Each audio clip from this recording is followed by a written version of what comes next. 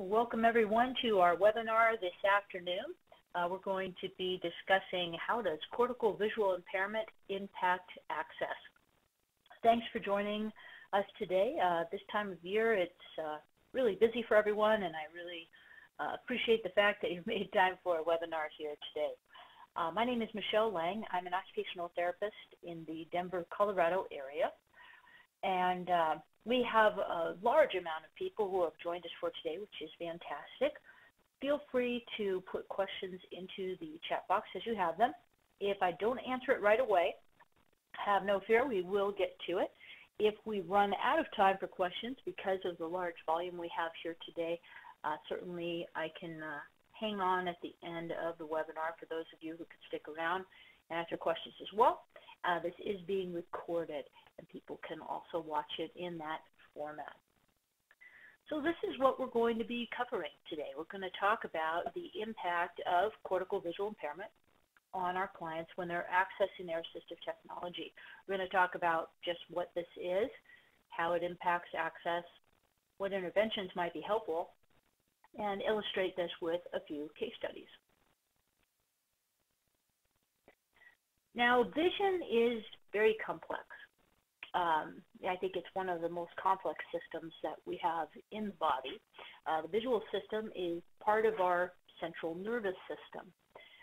The lens in our eye focuses an image that it sees onto the retina in the back of the eye. The retina is this light-sensitive material back there. That focused image that is now on the retina is sent back to the brain via the optic nerves. The brain then interprets or processes the visual information. So the tricky part here is that we have the function of the eye itself as well as the function of the brain, and we can have issues with either or both of those systems, and in either case we're going to see an impact on vision. You can certainly read more about all this and how it works, but this is just a really general definition of that visual pathway that we all use. Now, what you and I are more familiar with is visual acuity, because hopefully you go see your eye doctor and they have you look at the letters across the room and read them, and that helps determine our acuity. So acuity is the focus, our ability to focus images through that lens and on the back of the eye, on the retina. So this solely has to do with the eye itself rather than a processing issue. Common acuity deficits that we're all familiar with are myopia, which is nearsightedness. In this case, images focus in front of the retina instead of on the retina themselves. And glasses or contacts corrects this. It forces the image to focus where it should so that our brain can see it correctly. Hyperopia or farsightedness, the image focus is actually behind the retina. And in astigmatism, images are not sharply focused because of the shape of the cornea. Cornea is right in the front of the eye. So these are common acuity issues. They affect lots of people. They affect me. And we can easily correct these with glasses, with contacts, and these days even with different surgeries. In addition to focusing ability, that acuity, we also have oculomotor function. Our eyes, and we do have two of them, work together to give us visual information. If the eyes are not able to work together or work correctly because of more of a motor problem with the muscles around the eyes, then we might have issues such as these. So these are issues that most of us do not have. It's easy to take for granted. But as a part of our vision, it's important that we're able to fixate, meaning we can quickly and accurately find a target to look at. So maybe I'm looking for something in my home, I can quickly scan through, find it, target it, focus on it. Pursuit is our ability to follow a moving object, like when we see a bird flying above us in the sky. And saccades is the ability to efficiently move the eyes to fix on objects from point to point, and that is required in tasks like reading. So these tasks require not so much acuity or processing, but rather rely on the motor functioning of the muscles around the eye to allow them to work correctly. We also have visual perceptual skills. So this is how we perceive the information that we are receiving. There are many, many perceptual skills out there, and you can read about all of these various ones, but here's some of the more common ones. And we can see an impairment in some of these visual perceptual skills that impacts our client's ability to use their assistive technology. So form constancy is the ability to recognize and label an object, even if we see it in different context. Visual discrimination is discriminating between items, even similar items. This can be really important for a client who's looking at an augmentative communication device display. They need to be able to discriminate between those various icons on the display. Visual closure is being able to correctly understand an object, even if it's partially hidden. So if we've already seen that object, but a piece of paper is lying over part of it, we still recognize that's what it is. Visual memory is being able to remember what something looked like, and sequential memory is being able to remember a sequence of visual images, such as letters or numbers, and that becomes important in schoolwork, for example. Other visual perceptual skills include depth perception, which tells us where we are in relation to other things in our environment. And this is important for all of us. It can be very important for our clients when they're reaching out perhaps to access something, or if they're trying to use a manual or power wheelchair. It can impact mobility. Figure ground perception is finding an object like a spoon in a field, like a silverware drawer. You know, most of us have one of those drawers, right, in our kitchen. And it can be a challenge to find something in there. This can be similar to a client finding a particular object on a very busy display. So vision impacts our ability to move throughout the environment. It also impacts our posture.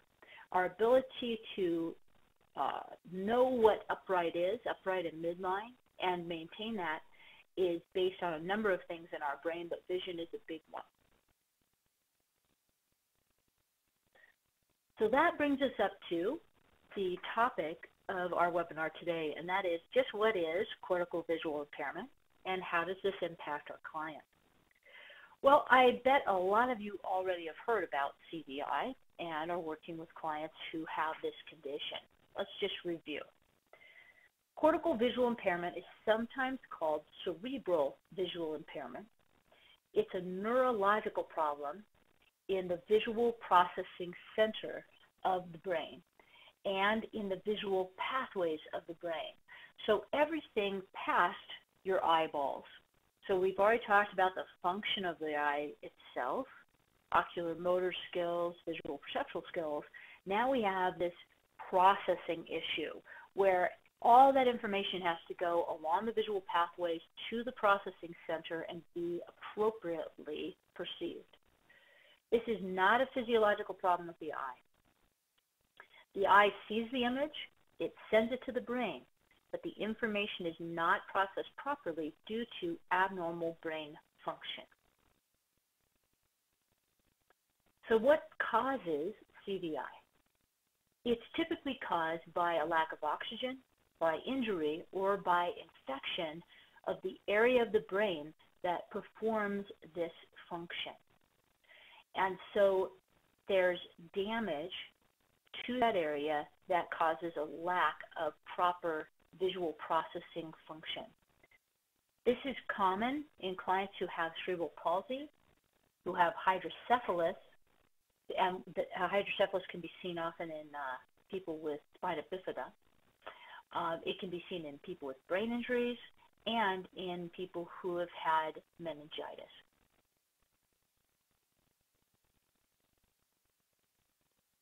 So how specifically does this cortical processing challenge impact what people see?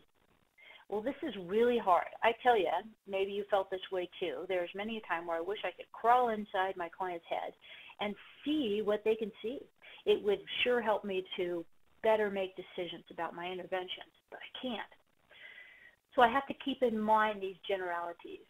For people who have CVI, usually the client's going to have difficulty sustaining focus on an object.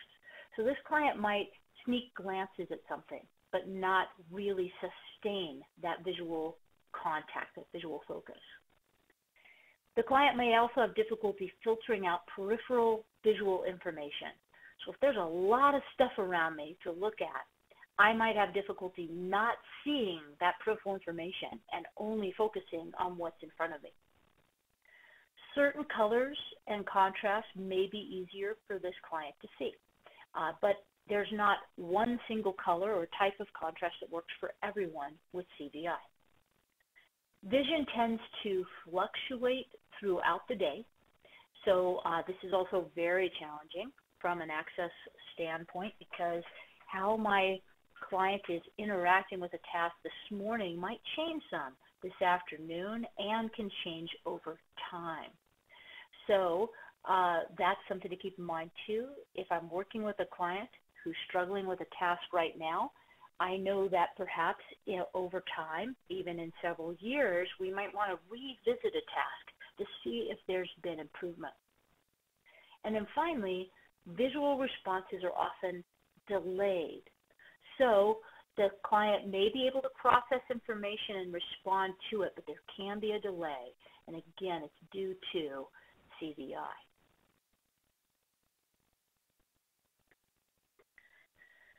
So what are some specific traits that we might notice in these clients? Well, the child will often glance at objects repeatedly rather than sustain visual contact because we know that sustained focus is difficult. So it's important to really watch this person who maybe doesn't appear to be looking at the target, and see if they're sneaking in some glances to it. That might be the most they can do to really see this object. The child may assume rather asymmetrical head positions and vary their head position in order to optimize their vision at that moment. These positions are not usually constant either. This is challenging for me because I do a lot of wheelchair seating. I do a lot of specific strategies to position a client's head, and now I have to compromise. I have to back off and allow this person to move their head in such a way that it helps them optimize their vision. Many of these clients will hold their head forward, not completely hang forward, but just subtly flex forward and then look at objects out of the sides of their eyes. Very common posture. So how do we diagnose CVI? Well, this requires a very specialized optometrist. And these optometrists go by several different names. We might have a behavioral optometrist or developmental optometrist or neurological optometrist.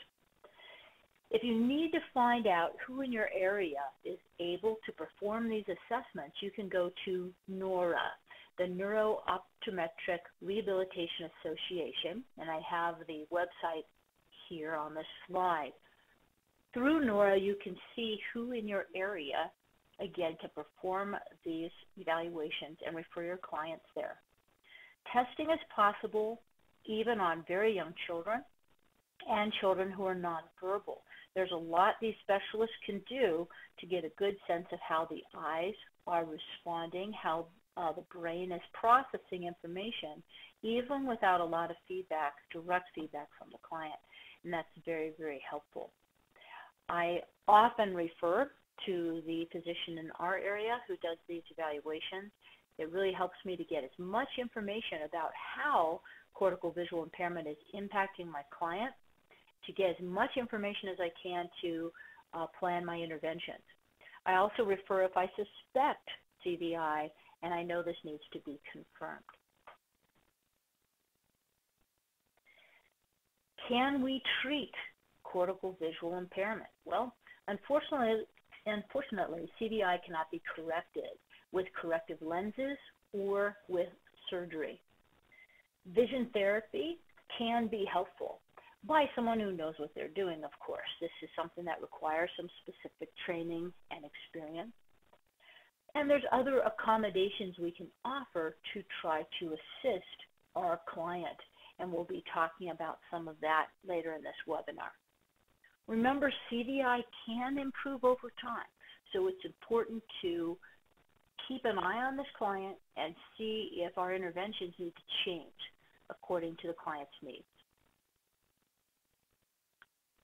All right, as we go through this information, I would encourage you to think of a client, if you're not already doing so, that you're working with and who perhaps there are struggles there with CVI and with use of assistive technology. As we move through, think of some strategies that might be helpful, jot them down so you can remember to try them out with this client.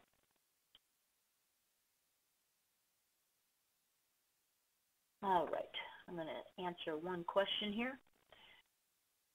Megan has asked, is there any indication that progressive neurological conditions such as MS or dementia can result in CVI or present like CVI? You know, it's an interesting question because with multiple sclerosis, there can be those plaques, those areas of sclerosis that can occur in nearly any area of the nervous system. And it's certainly conceivable that that can occur along the optic pathway or in that processing center of the brain. There are people with MS who do develop visual issues. How similar those are to CVI, I am not sure. And I have not heard of people with dementia having cortical visual impairment. That would be interesting to explore. There may be other visual challenges with that population. So good question. I would like to check into that some more myself. Thanks, Megan. All right, so how does CVI impact access to assistive technology? Well, in general, let's say we're looking at some type of display. This could be a communication device, a tablet, a computer, a display on a power wheelchair. The child or the client, whatever age, may have difficulty seeing that display at all. And this can be very, very challenging then, of course, in controlling, in using that assistive technology device. Specifically, the client may have difficulty sustaining focus on an area of the display. So if there's something specific on that display they need to locate and target, that can be difficult. And visual perceptual skills can be impacted because the brain may not be getting enough information for these skills to develop and work properly. So keep in mind that someone with cortical visual impairment often also has very impaired visual perceptual skills because they simply do not get the visual information they need for those skill sets to develop and work correctly. In terms of using an augmentative communication device, the client with CVI will have difficulty sustaining visual contact with the display. As we know, these clients often sneak glances from the side, and so some of these clients may benefit from the device being positioned to one side and allowing more of that peripheral vision to be used. It's important to keep in mind that this child may not look like they're really looking at the device. Watch them carefully. You might see those slight glances to the side, and this client may be getting as much information as they can to use this device from those little glances. Another challenge with CVI and using a communication device is tracking. So if I need to, let me get a little pointer here, track between choices, look around and see what I want to say, that tracking ability may be impaired. And so it's hard for me to find what I want to say. It might be hard for me to discriminate between icons. Now, this big red area looks a lot different than the icon for music next to it, so that may not be as hard. But other things on this display might look kind of similar to someone who's having difficulty discriminating between objects due to CVI.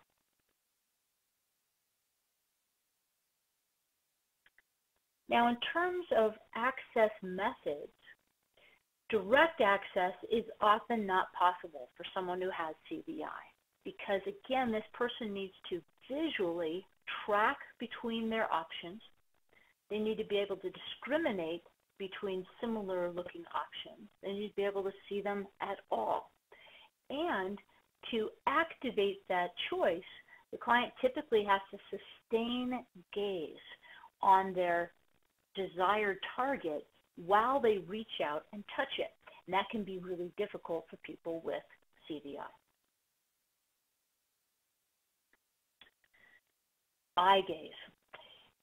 I see a lot of clients who are trying eye gaze and maybe have been trying it for some time.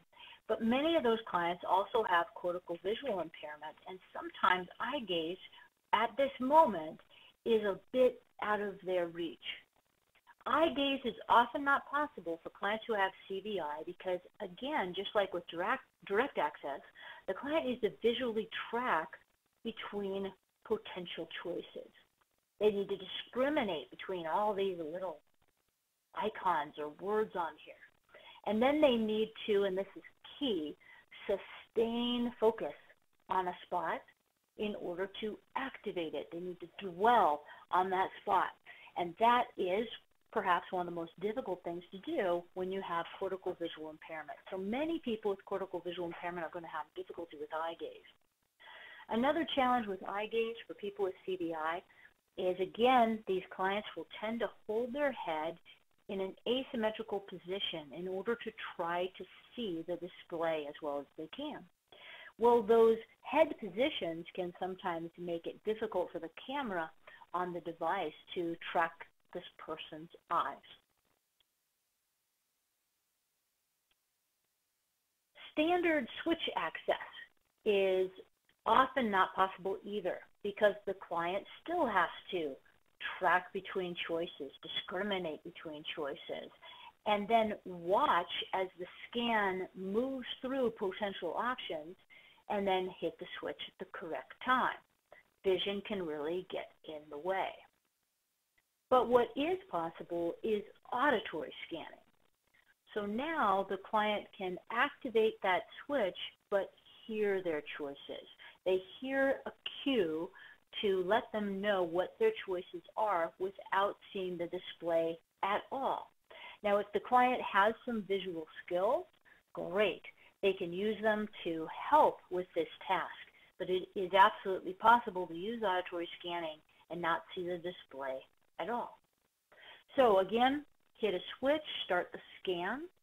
Instead of visually tracking a scan, I hear a cue for each of my potential selections. So I might hear name, and if I hit my switch, I hear, hi, my name is Michelle. So I hear a cue, it guides me through my vocabulary. Now, if someone is primarily or solely relying on auditory to get through all that vocabulary, it's important that when the vocabulary set is being built, that it's done so very carefully and with the client, so the client knows where everything is. I think that's important for any client, but in these situations, it's critical. Now, I tend to place the device in front of the client, even if I don't think they're looking at it. We don't know how much this client really sees, and I'm hoping that the vision that the client does have, they may perhaps use as they're looking at this device, and we know their vision may improve. I also find that communication partners tend to pay a little better attention as to what this device is saying, or can quickly look at the display to make sure they heard correctly rather than a device that's tucked out of the way. All right, let's take a few questions here. Rebecca has asked, I just did a presentation on two-switch scanning for a kid I've been working with for 1.5 years who was using direct selection and then eye gaze on a cell size of 2. So I don't know if you mean only 2 selections on a page, but yeah, that would be really big. And now is using auditory scanning on a field size of 60 with many page sets. That's awesome, and a great example of how sometimes if we're trying to make another access method work, we may be limiting someone's vocabulary. So maybe this client has enough motor control, or I'm sorry, enough visual information. They might be able to see, say, 2 really large targets. That's going to limit their vocabulary quite a bit, where if we use auditory to compensate for vision, we might be able to provide a lot broader vocabulary for them. Rebecca's also asked, what apps do you like? The only app I have seen successful is Snap Plus Core first because you can remove the message bar. You know, Rebecca, boy, that's a great question, and I can sure refer you to someone who can answer it better than me. I primarily focus on positioning and access and placement of the device and vision, but in terms of the actual strategy communication set that's being used, I work very closely with speech-language pathologists who are making those selections. So I'm familiar with some of them, but I'm really not the best person to answer which one works best with auditory scanning. So sorry about that, but I can certainly direct you to someone who could. Margaret has asked, are there any AAC devices that can only show one picture at a time, blacking out the others to decrease clutter? Oh, boy. That's a good question. There is an option. I think there's still an option, unless they've changed it, where as the scan goes along, I believe it was an option on Dynavox, that particular icon that was being scanned could enlarge greatly, and it would continue to then, each one would enlarge as the scan progressed. In terms of blacking out the others, not sure. The hard thing during a scan, though, is now the picture keeps changing. So everything's blacked out except what's being scanned. So it's a good idea. I'm not sure. I'm not aware of something that does that. If someone is, feel free to pop that into the chat box for Margaret. That'd be great. And then finally, Monica has asked, oh boy, tough question, Monica. What would you do in the case you have a student with CVI and auditory impairment? Well, there is a whole other area of assistive technology that sometimes we have to look at for people who have both visual and hearing deficits. And I tell you, I think one of the most specialized areas in all of assistive technology are people who work with clients who are deaf and blind.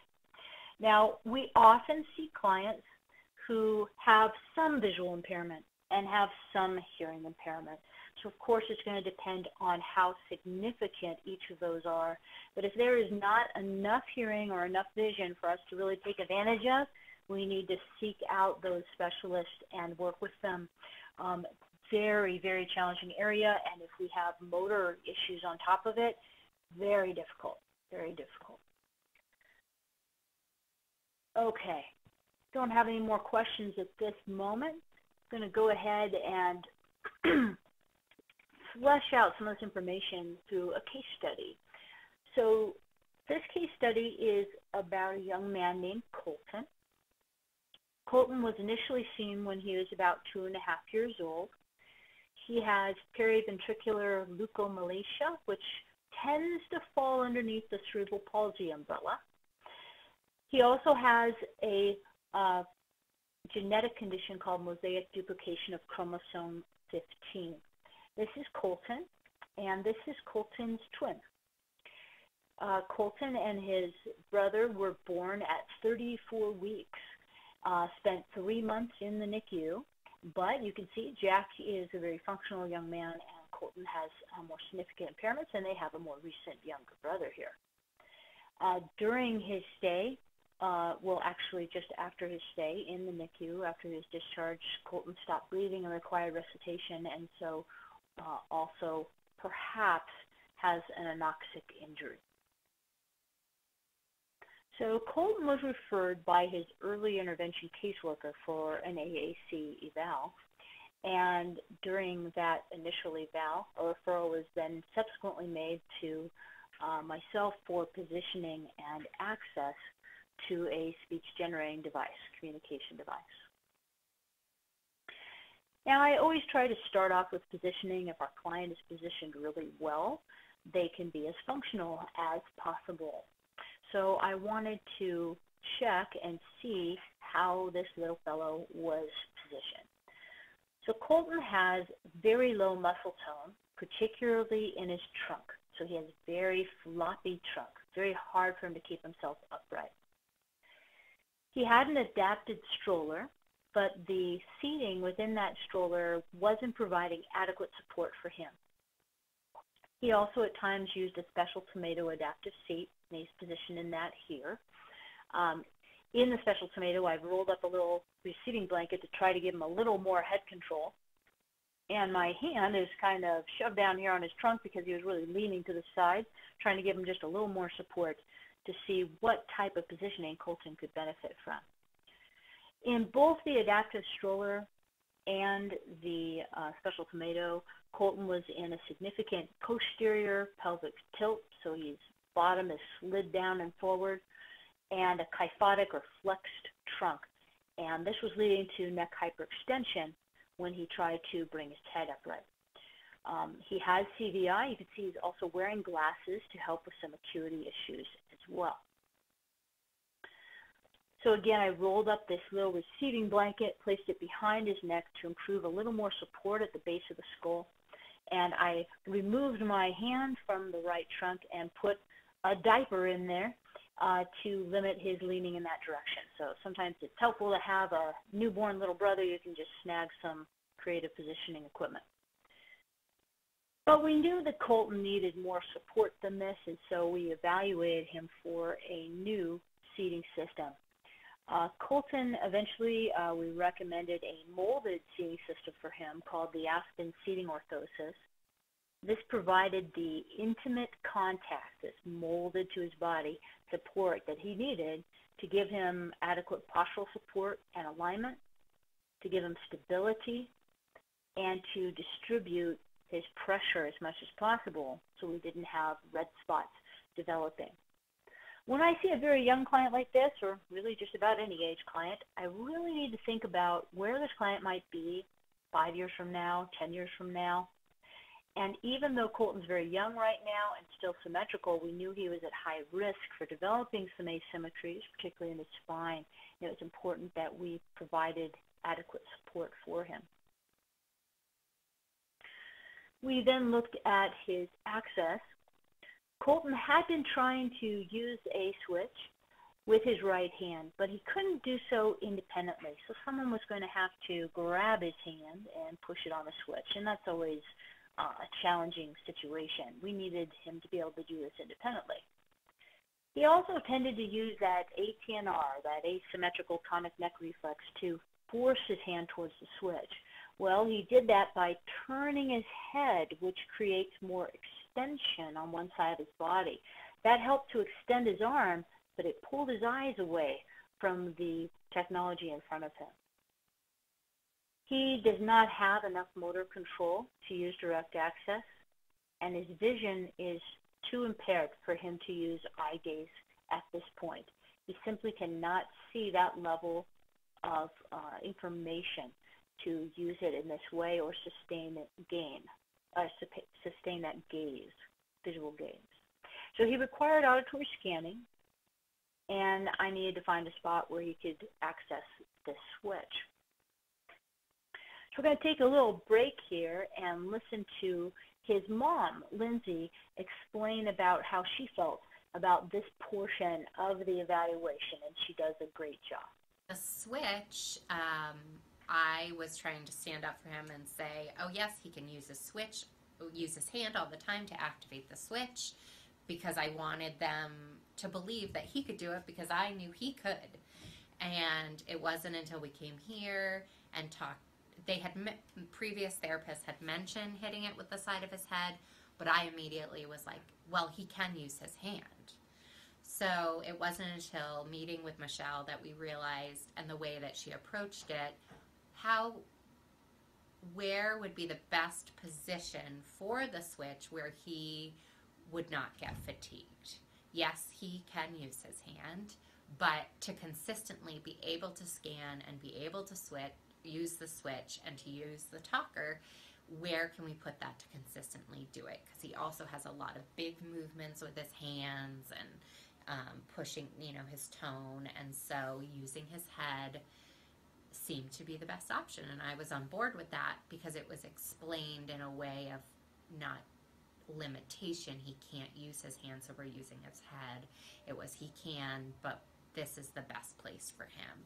And so that was that piece of it. And then we worked on getting a chair for him that would then give him access to a switch and a speaker that we could take on and off from the base. We take it on the plane, we take it on vacation, and that, especially as we use his talker more and more and as he gets older, that will let us do that everywhere, whether we had his wheelchair base or not. Great. Tell us what you like or what you think. It's always awesome to hear a parent perspective and how they feel and how information is presented to them and how they then develop that buy-in to really work and be invested in these strategies with their children. So let's get back to Colton for a minute. Even in the Special Tomato, Colton was actually able to access a switch. So despite his lack of support here, he could use a switch. He happened to be able to use this by the left side of his head. We started with the jelly bean because it's a good size for trying to figure out where to put a switch. It has a nice clear click to give him the feedback he needs to know, okay, I made contact.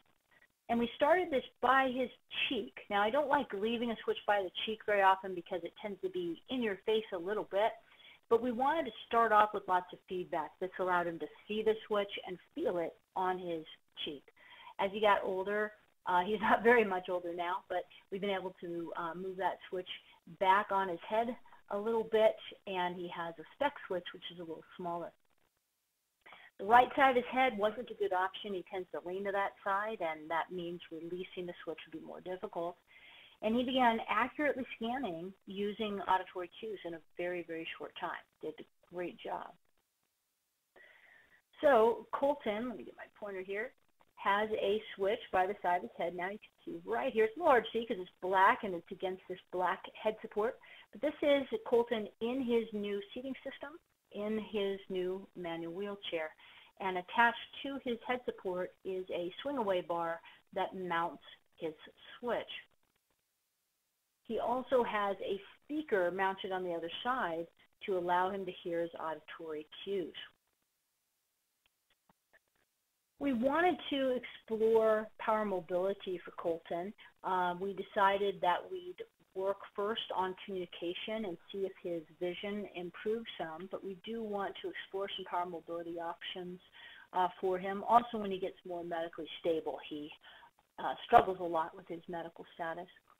A lot of kids with visual impairments can drive a power chair. Sometimes supervision is required, but there are huge developmental benefits to a child beginning to move themselves through space that can really justify pulling in power mobility.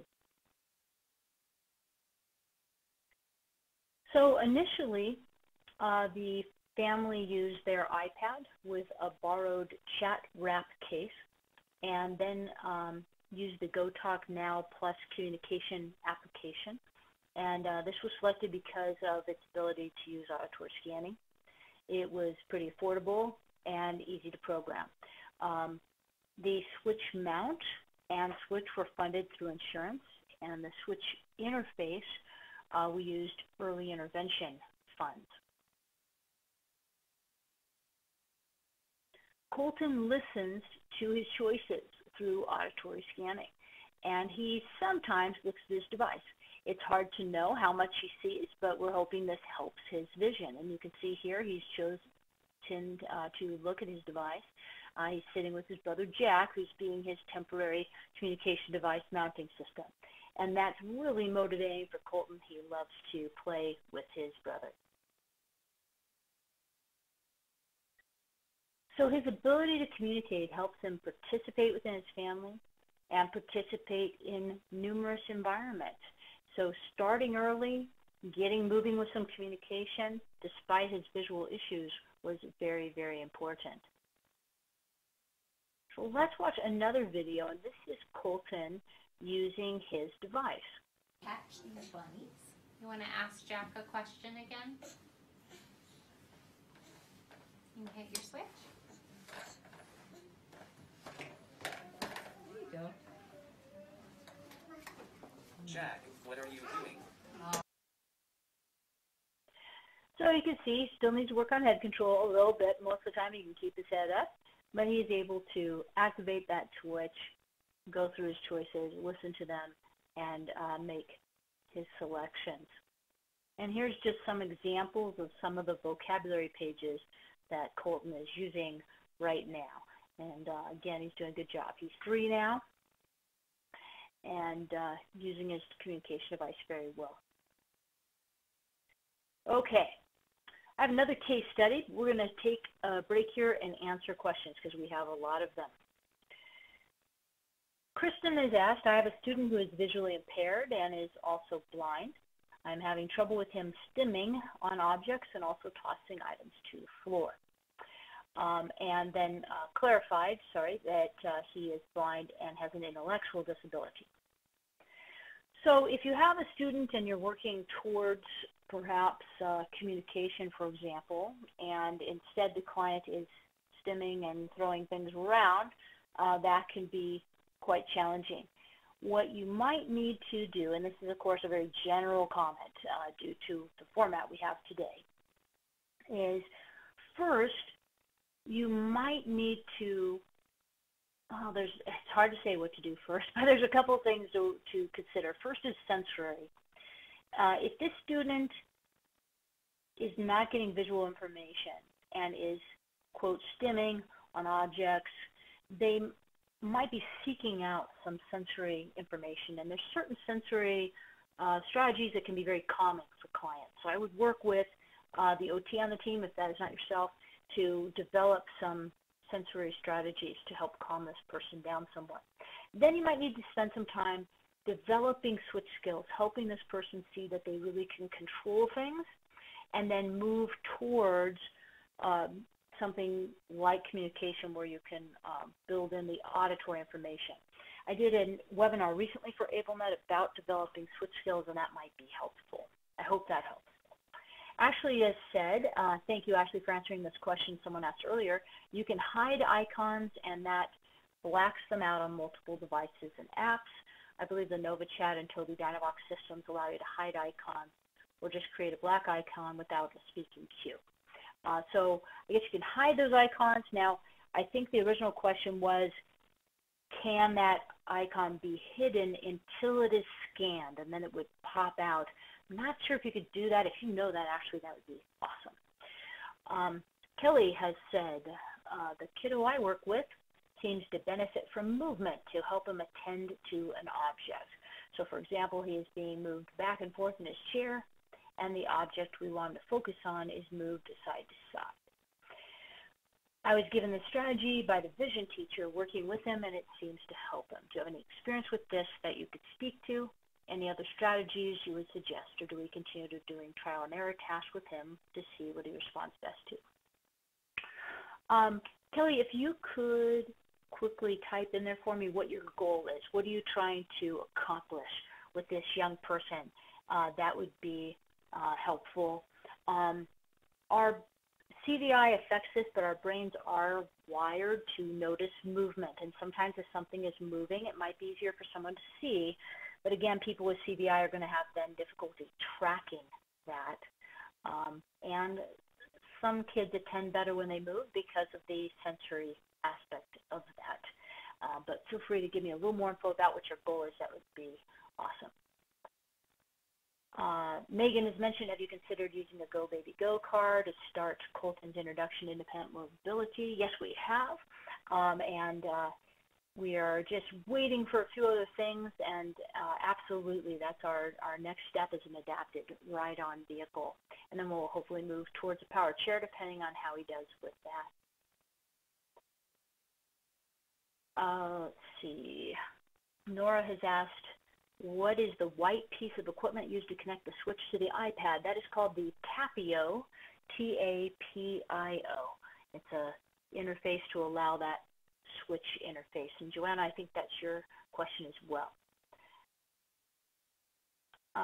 Margaret has a question. What would you suggest if I have a similar client but needs more assistance keeping his head up? Okay, so a similar client to Colton. You know, there are a whole lot of suggestions for trying to maximize someone's head position, and that's really a whole other topic. I am trying to remember. Deb, could you remind me, please, if I have done any head positioning webinars for AbleNet? And if I have, we can refer people to that. I'll take a quick look. Thank you very much. And otherwise, I can certainly direct you to some other resources. That's where hopefully the positioning team can be helpful too in coming up with other strategies to help maximize someone's head position. But we'll check. I think I might have done a webinar in the past for AbleNet on positioning the head. Michelle, Rachel is. Oh, yes. What was that? System. I'm sorry, you cut out there, Deb. Okay, it's titled, How Do I Address Poor Head Control in the Seating System? Great, thank you. So how do I address poor head control in the seating system? So that was earlier this year, and you can look on AbleNet University to access that, and I hope that will help you out. Rachel has asked, how does Colton make his selection? He activates a switch by the side of his head when he hears his desired target on those auditory cues. And another Rachel has asked, why did you choose not to spread out the icons visually, given that there is space to do so?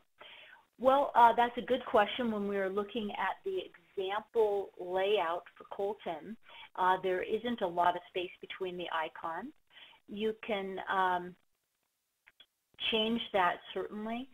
Since he is not looking at his device very much, we really don't think he's seeing this very well. He is almost exclusively relying on the auditory cues, and so we're not too concerned about the space right now. We're more concerned about building vocabulary at this point, and that's why. But certainly you could increase the space. Jennifer has asked, I understand that eye gaze selection with dwell is difficult due to requirement of maintaining fixation on the button. What has been your experience with pairing eye gaze and switch activation? So with eye gaze, you can keep focus, sustain focus using dwell to make a selection, or you can hit a switch. The main challenge with hitting a switch while you maintain that eye gaze, that sustained focus, is that for a lot of the clients we work with, reaching out somewhere on my body to hit a switch is often going to pull my eyes away from that location. And so for a lot of our clients, that's a challenge, but it's certainly an option. And I did a webinar, again, for AbleNet very recently on eye gaze, and we go into a little more detail on that. So feel free to refer to that as well. Amy has asked, movement does help students with cortical or cerebral visual impairments according to research. Great, great. So yeah, movement can, our brains are somewhat wired to see things that are moving. Farida has said, is CVI common in children with autism? Not as far as I know, but I would defer to other people on this webinar who I know work a lot with those clients. So feel free, if there's people who have that information, to chime in. Let's see, Kelly has said, I'm an SLP, however, his communication is very limited at this stage. At this stage, we're trying to build his attention skills. to attend to an object for 1 to 3 seconds, basically. Okay, yeah. So perhaps that webinar on building switch skills might give you just some other ideas of things to do to start developing those skills, to see the switch as a tool that could be helpful.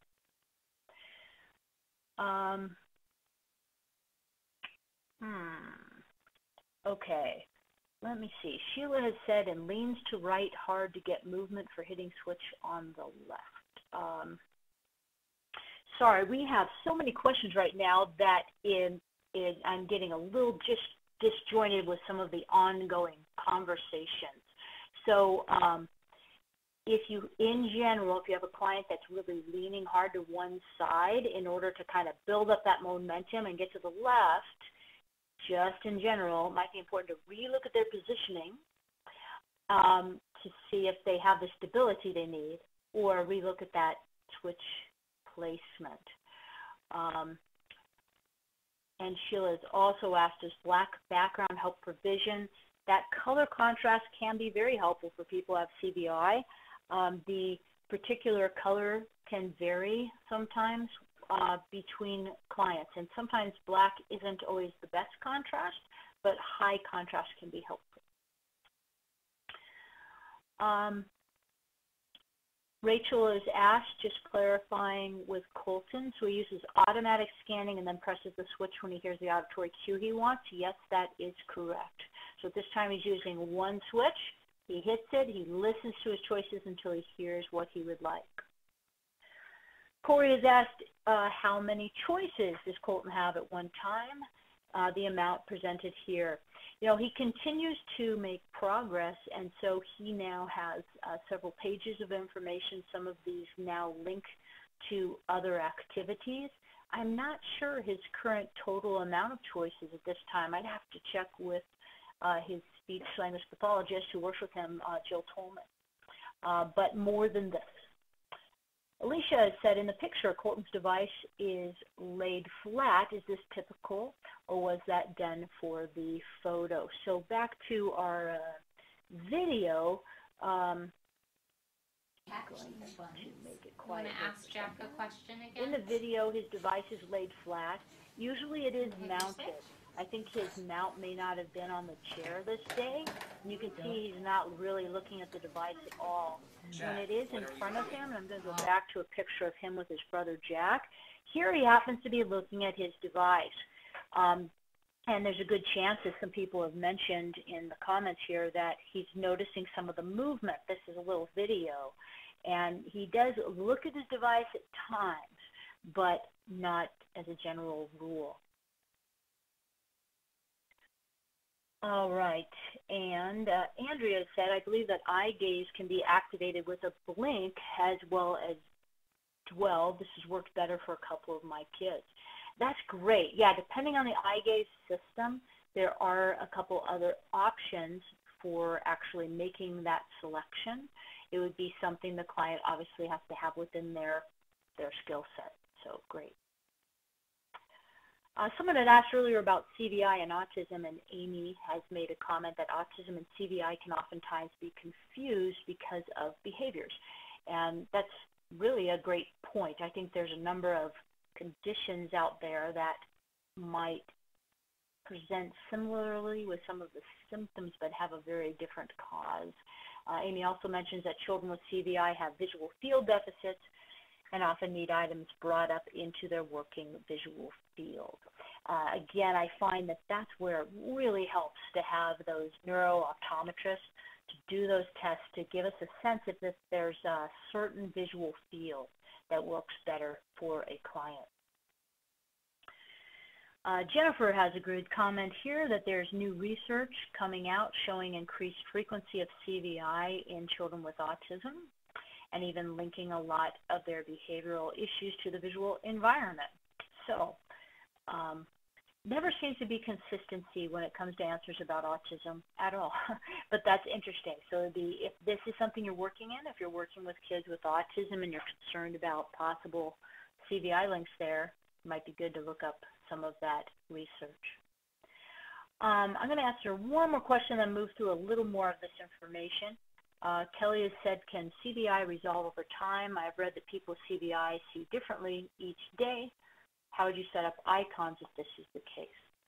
It is very common that people with CVI can vary in their visual skills from day to day. Very, very common.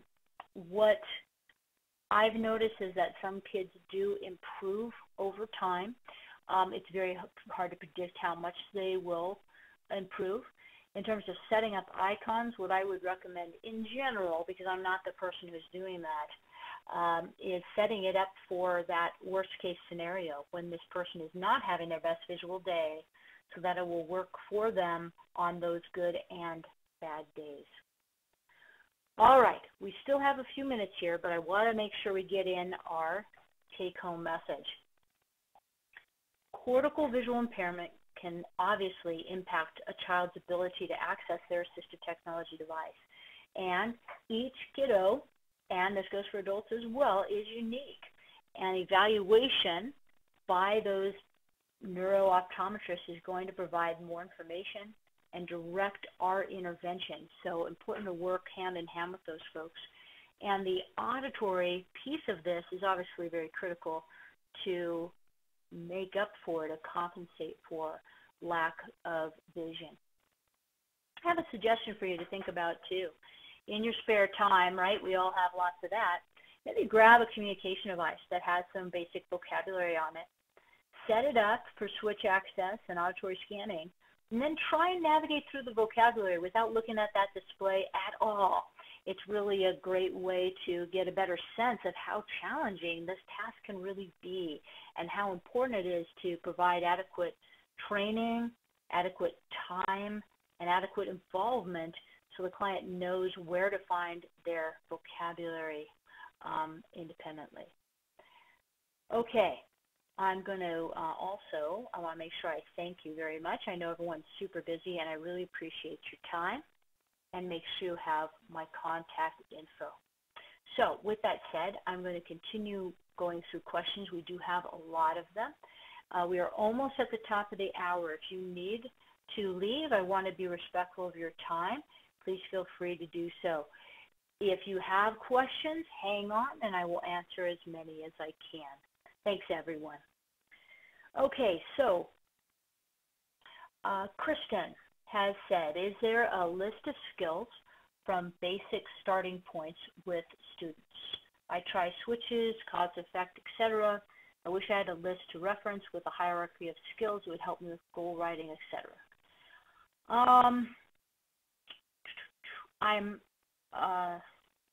Kristen, I'm sorry, I'm not sure exactly what you are getting at. If you could clarify your question a little bit, I would be very, very happy to answer you.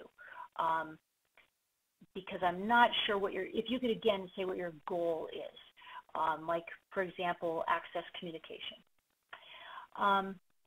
Ashley has said, with auditory cue systems, is it difficult to pair the provided vocab words into phrases and sentences, or will you need to provide them the whole sentence as an option to select? The nice thing about auditory scanning is that you can, on most devices, use a different cue than what is actually said when a selection is made. So you can have the client hear something like name and hear my name is Colton when they make the selection. So one word can represent a large amount of vocabulary as appropriate. So yes, that's very possible. Lisa has said, I would like to suggest that when exploring, I'm sorry, there was a typo there, exploring for any student with a cortical visual impairment, a certified teacher of children with visual impairment be consulted, as there is a wide range of visual abilities in children with CVI, and strategies should be individualized based on the student's phase on the CVI range. So again, great point. The more evaluation information we have, the better we can tailor our interventions. And Lisa, that's a great suggestion. In addition to seeing a neuro-optometrist, also can work with people who are certified to work with those visual deficits within the schools. Amy has also mentioned that people with CVI may have varied visual skills because of the changing visual environment and not due to physical reasons. So great point. If someone is in a very visually chaotic, busy environment, they may not be able to process information as well as in a more carefully construed environment, and that would certainly influence their ability to be successful. Great. All right. Well, I have not seen any more clarification from Kristen. Kristen, if you're still on this webinar, I would encourage you to look through the Ablenet University. There's a number of other webinars that may be helpful in terms of where to start with a client in terms of determining their basic access method, and then if it's a switch, you mentioned switch in your question, how to determine where do I put a switch, what type of switch, how do I build those switch skills, how do I develop those concepts. So I hope that's helpful.